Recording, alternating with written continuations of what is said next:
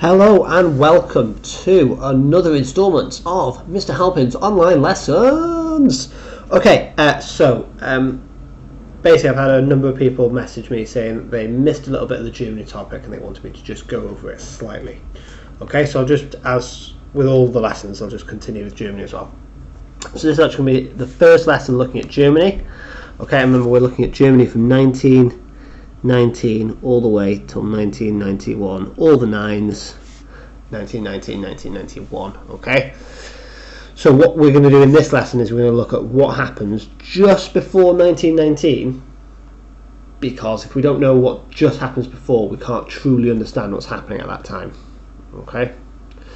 Alright, so just like normal though, start every lesson with a few questions based on other topics. Alright, so because I'm not sure who's actually watching this at what time or what they've studied, what I'm going to do is I'm just going to put 3 questions from all the topics we've looked at.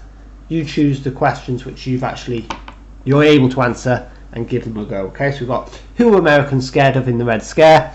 What group disapproved of the new way women were living in the USA topic? Who was involved in the monkey trial? And no, it wasn't actually a monkey.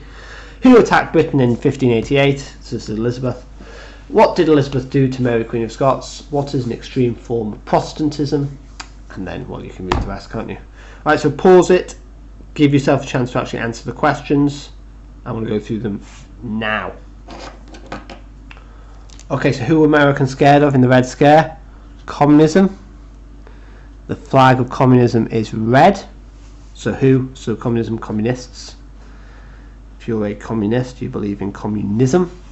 What group disapproved of the way new women were living? Religious fundamentalists in particular. These are the people that took the Bible literally, or the Bible. And then who's involved in the monkey trial? Remember, this was creationism versus evolution. As this was William Bryan plus Tennessee, believing in creationism, which is that God created the earth in 7 days.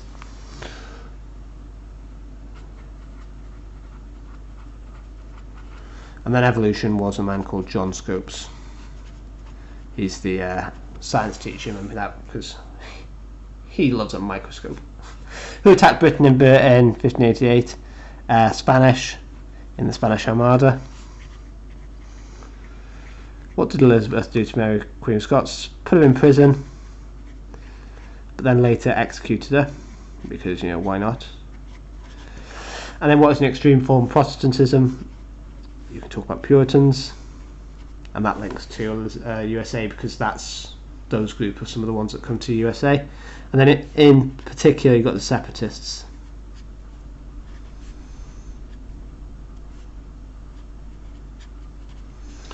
Right, why was treason punished severely? You're challenging the king. Or the queen, sorry. Monarch. So, if you're able to get away with it, well then, what would stop someone else trying to attack the king or queen? Either. Okay, so they had to sort of cut down on it to maintain good law and order and maintain everyone's listening to them. Example, you could talk about Gunpowder Plot, 1605. But remember, sometimes the questions are really, really funny, so they may say the 16th century when that's the 17th, so you can't talk about that, so you'd have to talk then about heresy and think about Henry VIII, Queen Elizabeth, Edward, Mary, all that time. So what changes did William the Conqueror make? Basically, treason became more serious, and more crimes could be found guilty of being treasonous. Also, power of the king and government increased. Also made justices of the peace. So we changed quite a lot. Who's responsible for catching criminals? So what's really important here is justice of the peace were in charge of crime, but they weren't catching criminals themselves. They're too busy to go running out into the streets, getting all muddy, getting all messy, catching criminals. That's not them. So the people that caught them in the medieval time were the tithing in particular, using hue plus cry. Okay, the people of the tithing, they use the hue and cry. Alright, so let's get started. So we're looking at Germany, 1919 to 1991. And again, okay, if you've looked at one of the earlier videos I've noticed, you'll know how to sort of make your notes. Split your page into 3 like this. So you've got a section here, you've got a section here in this box, and then you've got summary here. So what you can do is, for the main part of this lesson, you're going to be making notes in here. You're not writing out loads and loads of loads of sentences. You're just getting down key pieces of information that you think is important, getting down as quickly as possible, and make sure you're listening. And then later on, what we're going to try and do is we're going to try and remember some of the key ideas, and then a few days later, you're going to cover both these up and you're going to try to write a summary. But I'll come back to show you how to do this in a second. So, first thing we need to look at is World War I. So, remember our topic starts in 1919 to 1991. And you can't truly understand something or a time without knowing what comes before it. So we're going to look at World War I, which is 1914 to 1918. Because what this does is, when war ends in 1918, this has caused this has made such a large impact on Germany that things have got to change. And that's what starts happening in 1919, and that's what we're going to be looking at. So, quick overview of World War I. Who was involved? We've got Britain, France, and the US of A. Okay, they come in later, but it's the USA, so they come in hard. They bring an extra 2 million men in, and they really turn the balance in the war. And then you've got Germany, and then you won't recognise this flag here because this is actually an old country. So this is Austria Hungary, or Austro-Hungarian Empire, okay, and they end up breaking up after this. So it's Britain, France and USA versus Germany and Austria-Hungary. Okay, now World War I is really special because it's fought in a special way. So it's fought in these things called trenches. So this is a trench and this is the trench. Basically it's a ditch cut into the earth to hide. Now the reason why they do this is because they've invented new weapons, and especially the machine gun. Okay, machine gun can fire like 600 bullets a minute. It is an insanely powerful weapon. So what's going to happen if you were stood in front of a machine gun like this trying to run across? Yeah, pretty sharpish, you're going to die. Okay, so people didn't bother. People literally dug a hole into the ground to hide. Now what this meant is, if they tried to attack, they were running straight into machine gun fire, they were going to find it difficult. So millions died. And also what tended to happen is, instead of actually attacking quickly, you tended to stay where you were. So there weren't battles like we know them today, of people running and quickly changing positions, like these people would quickly run in here, then run there, run there. That didn't happen. Things went a lot slower in World War I. It was 4 years of slow movement, and because of that, Germany never actually felt they lost, or they never felt they lost a major battle, and neither did Britain, and we'll come on to that in a few lessons. Now, what actually happens in 1918? 1918, the war ends, and unfortunately for Germany, they lose, and they are very, very, very unhappy. Not just because they lose though, but because 2 million of their men, their soldiers, die. 2 million. That's a huge, huge, huge number. Now what I'd like you to do is, if you go back to your note-taking form, what I would like you to do is try and summarise some of the things you've just learnt here. Okay, so for instance, I would have put Britain, France, USA v Germany. Okay? Right, so pause it, spend about 30 seconds trying to summarise what you have learnt about so far.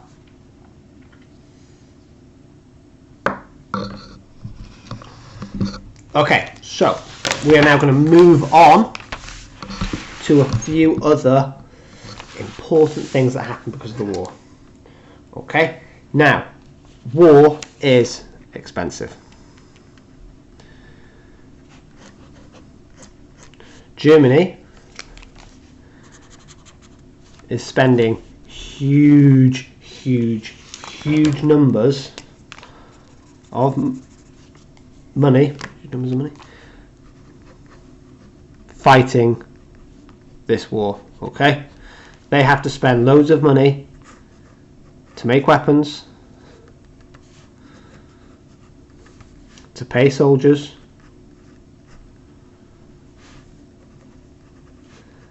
and to pay for food. That's maybe.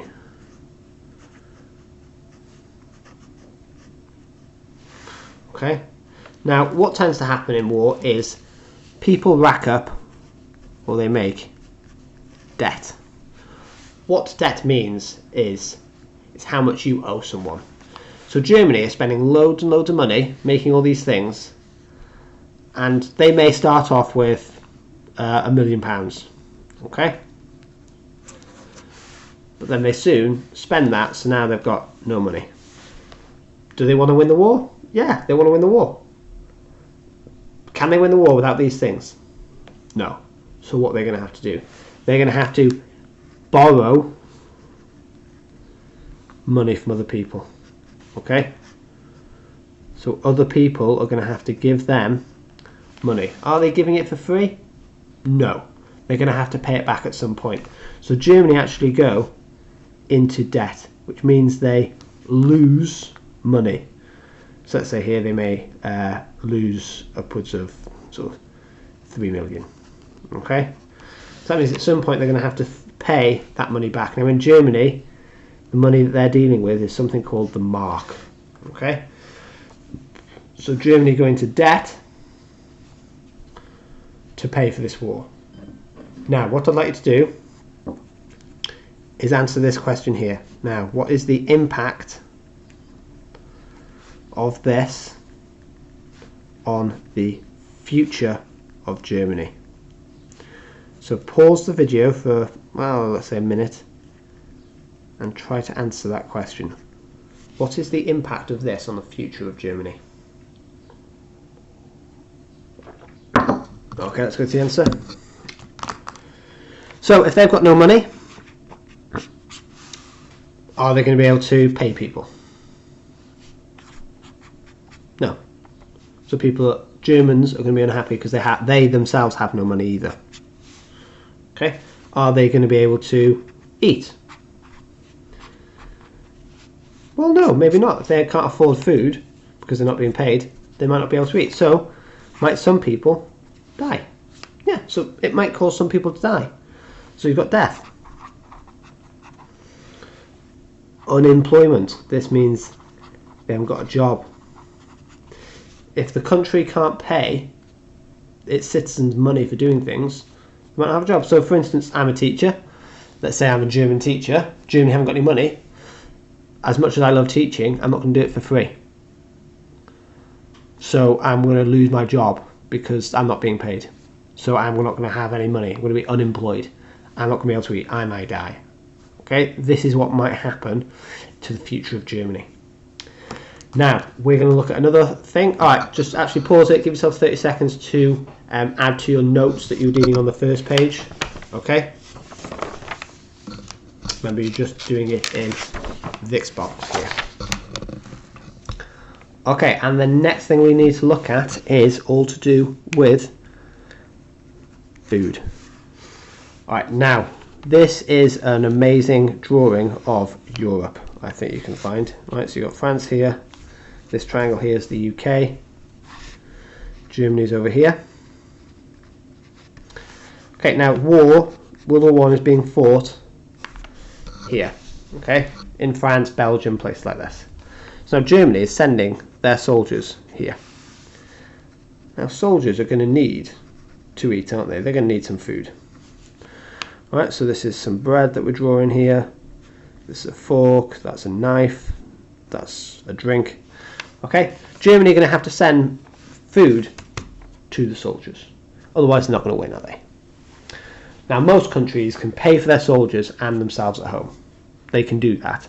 But Germany is in a sticky time. Because where they get a lot of their food from is from the sea. So a lot of their food comes in on boats. Great. Peacetime, that's amazing. Unfortunately, Britain has more boats or more ships than Germany. Are Britain, who are again at war with Germany, are they going to let all this food come into Germany? No. What they do is they create what we call a blockade, and they stop food getting into Germany. So if food isn't going to get into Germany, who is Germany going to give it the remaining food to? Is it going to give it to its soldiers or its people at home? Well, in this case, actually gave it to its people fighting the war. Gave it to the soldiers because they knew that if they lost this war, more could die. So people in Germany start to die because they are starving. Now in 1917, they actually call the war the Turnip War. Or the Turnip Winter, sorry. They call the winter the Turnip Winter. The reason why is because the only thing they can eat is turnips because there is almost no food in Germany. Alright, so these are the things that are happening in Germany at the end of the war. Now, what I'd like you to do is I would like you to answer the question, which is the more important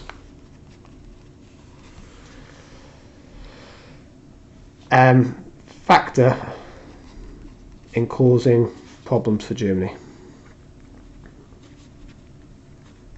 Okay, so pause it and give yourself time to answer that question. Give yourself about a minute and a half. Which is the more important factor in causing problems for Germany? So you can pause the video. Okay, so for this question, really it's all about how you word it, how you argue it. So for instance, you could say this because it's literally killing people. That is hugely important. People are dying, they're going to be upset, and that's going to cause problems for Germany. Are you going to be happy with a government who are letting its own people die? Probably not. You're probably going to want some change, and that's going to come into it. Or you could say, well, if they haven't got any money, that means that more people are going to starve because they can't buy food. That's what I'd say. I'd probably say the debt is more important because if your country's in debt, they can't then buy food after the war. So after the war, let's say this is all over, well, they can't buy food because they haven't got any money. So that's why I'd say debt is probably the most important. Now, these things are really, really important because on the 9th of November 1918, the person in charge of Germany, called Kaiser Wilhelm II, so the second person called that name. I think of it like this. Kaiser, it's like German for king. Wilhelm, German for King William. Okay? So it's just a German way of saying it. Now, is Germany doing well at this time? Answer that question. Is Germany doing well in the 9th of November 1918? Think about food. Think about debt. No, it's not doing well, okay? It's not doing well. It's also losing the war. Okay? USA have just joined in with an extra 2 million men. How many Germans died, by the way? How many German soldiers in the war? Yeah, 2 million. Okay, so 2 million men died. So they're losing the war. Kaiser Wilhelm's the person in charge. He basically runs away. Okay, there he is, throwing his crown away. He runs away. What we call this is he resigns. He resigned, tendered his resignation. Now, what I think of this, like, imagine I was teaching a class and the behaviour is quite literally awful. Kids are throwing chairs, everything's going wrong, no one's learning, and I'm in charge. And I just realise, right, this isn't going well, this is awful. No one's listening to me, I can't fix the situation, they hate me, I'm not helping them, so I might resign, I might just run out of the room. Okay, that's what happened to Germany. So the Kaiser resigns. Now, what's going to happen?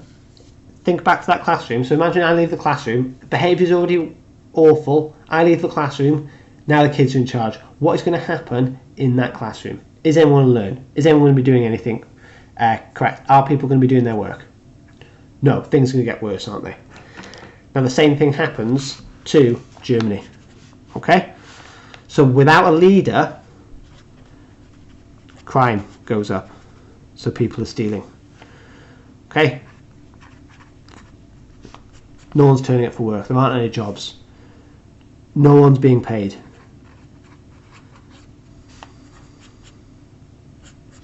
No one's being paid. So crime's going through the roof. No one's turning up for work. No one's being paid. It quite literally is mayhem in Germany when the Kaiser goes. It's awful. Now, one reason why you could say this happens in particular is the Kaiser has been in charge of Germany for years. Germany has only been a country since 1871. Right, before that it's a slightly different country. So 1871 to 1918 it's always been ruled by a Kaiser, and he leaves. How is Germany going to cope?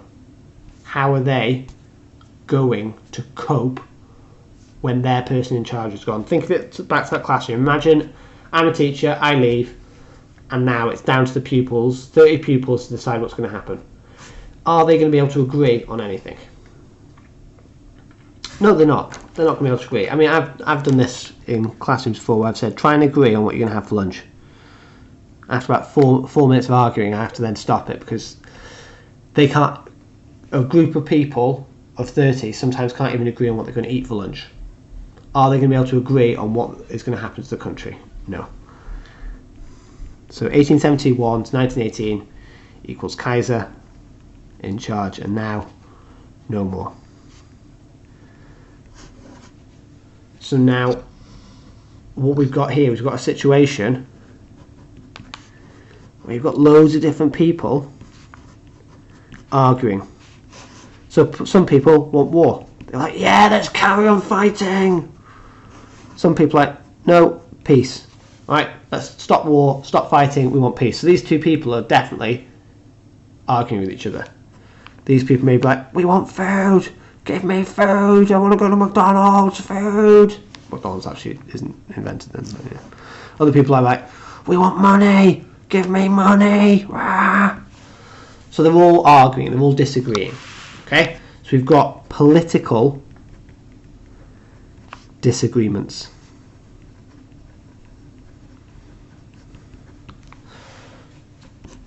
So leaders gone.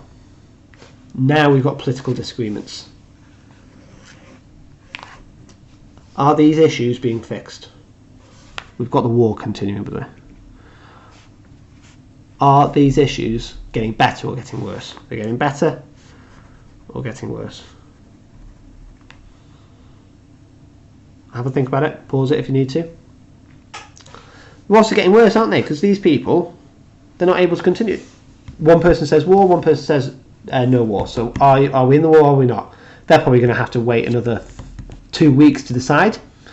People are going to die in those 2 weeks. Remember how many people died on Germany's side so far? Yeah, 2 million. Right, these two people can't decide which to get more of. Do they need more food or more money? How are they going to do it? They don't know. Right, so things are getting worse in Germany. Okay, things are getting worse in Germany. A country can't be ruled like this. Okay, it can't be ruled like this. Now, what I'd like you to do is we have learned about 3 problems so far. Next lesson we're going to look at the 4th problem for Germany.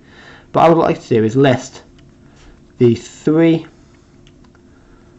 problems caused by war for Germany. Alright, so pause it, give yourself time to answer that. So what I mean by that is sort of pick out 3 key things that we've looked at. So what I'd look at the fact that there was no leader. I'd look at huge debt. And I'd look at political disagreements.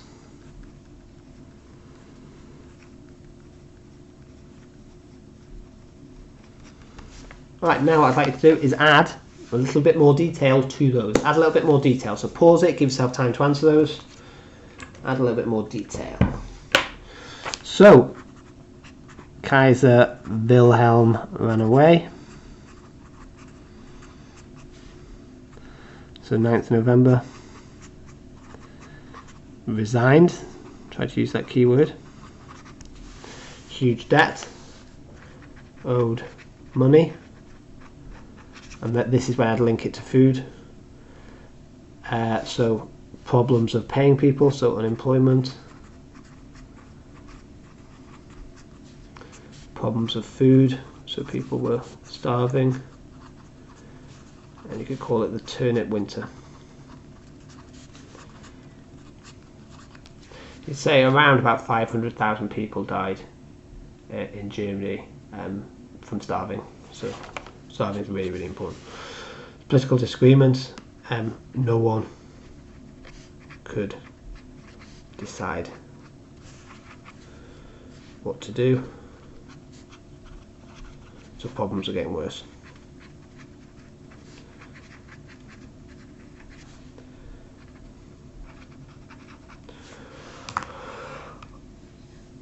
Okay, what I'd like to do now is just spend 30 seconds thinking how do each of these... Actually, I've already done it, might ignore me. What I'd like to do is rank them in order of importance. Which one is the most important for causing problems for Germany, so which one causes the most problems, which one causes the least. Pause it, give yourself time to answer that.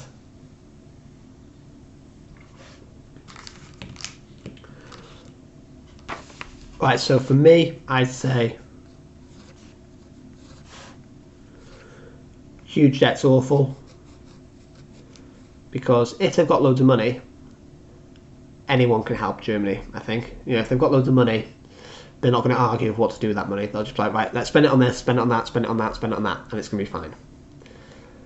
That then also led to the fact the leader ran away. If Kaiser Wilhelm had loads of money, people wouldn't have hated him that much because he'd been able to spend it. People wouldn't have been starving. Okay? So this was causing people to starve and to lose the war, which were making him unpopular, which is why he ran away. So this causes this. And then because there's no leader, we then have political disagreement. When there's one person in charge, that person can decide what to do. They're going to make a decision. It may be a bad decision or a good decision, but it's still a decision. Something's getting done. People can respect that. When it's weeks and weeks of nothing happening, people start to get really, really worried about what's going to happen. So that's why I put that. And then political disagreement is caused by that. So because this causes that, it has to go first. Now what I'd like to do is have a think about how they're interrelated. All right? How are they interrelated? How are they caused by another? How do they make problems worse? Spend 30 seconds trying to get that down. Don't forget to pause it, obviously. Okay, so I've kind of alluded to it before. This causes this. This causes this. Okay, because huge debt means people are starving and they're losing the war. Kaiser runs away. Because Kaiser runs away, no one can decide what to do. Okay, so next lesson we're actually going to look at the fourth problem. What I'd like you to do first before we leave, before we finish, come back to your notes. So you should have loads and loads of notes here. So I might have said 2 million dead. Kaiser ran away. Okay, and you need to fill this now. Right, try and get as many notes in as you can now. Alright, then what I'd like to do is cover this up, and now try to pick out 6 keywords, around 6 obviously, you know, give or take, 6 keywords that summarise all this. So if you were going to boil this down to 6 keywords to help you remember, what would they be? So I might put, instead of putting Kaiser run away, I might put resignation. Because then as soon as I see resignation, I'm like, oh, someone resigned. Oh, the Kaiser resigned. Kaiser Wilhelm resigned. That's jogging my memory. So I'd like you to come up with 6 keywords that are going to help you remember this. And then after you've done that, what I'd like to do is wait 2 or 3 days. So 2 or 3 days. And then I'd like you to try and fill out this summary. Summary is, a few days later, what can you remember? So what I'd do here is, first off, I'd cover all this, try to remember everything. Then when you can't, you think you've remembered everything that you can, get a second colour, then cover this up, read these, see if they jog your memory, come back to this with a second colour, and then after you've done that, read this again and see if this will help you fill this out again. Right, so what we're trying here is we're trying to remember things, but we're also trying to remember them a few days later, because when you've let your brain forget a little bit and then try remembering it, it helps you an awful lot. Okay, alright, so there is our first video for the Germany topic. Alright, I'll put another one up in a few days about the fourth problem caused by the war. Okay, have fun. See ya.